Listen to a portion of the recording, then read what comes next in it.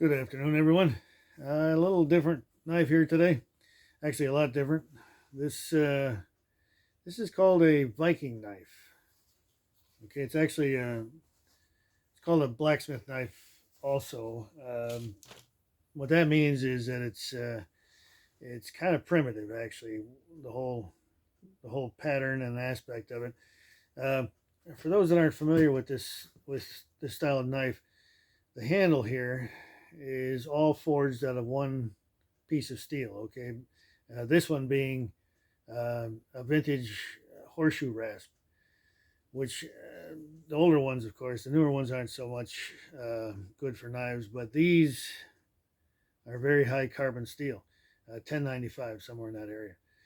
So, if done correctly, files are quite brittle. So, if done correctly, they have to be normalized 3 times. There's a couple extra steps involved with making sure that this particular steel works well and holds up for what it's intended for in a knife. So it's forged down right behind, well, the whole knife is forged, but it's forged down right behind the blade right here. Narrowed down, as you can see, it gets narrow right there. And it's drawn out. It's about 12 inches, I guess, overall, 13 inches. And I put a scroll on it right there.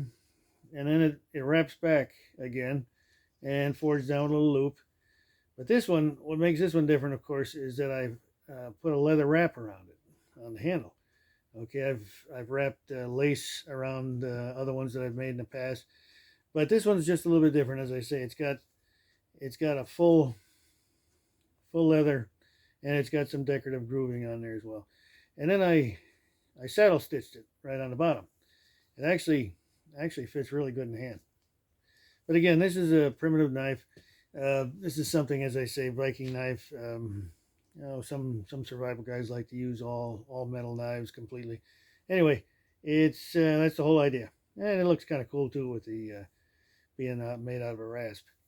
And the sheath actually is just a little bit different than what I normally do. Also, as you can see, that's not a snap.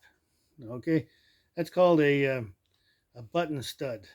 Okay, see what happens is I've got there's a little hole right there to fit over it, and a slot to make it slide in to the thing. Kind of a little bit more of a traditional look. Some people don't like snaps on the sheaths, kind of a little too modern for them. But anyway, that goes back way back to the Western period in American history. They use those a lot, quite often as well too. Anyway, this knife is spoken for. But if you'd like to request one on my wait list, please join. I've got about 135 people on there right now.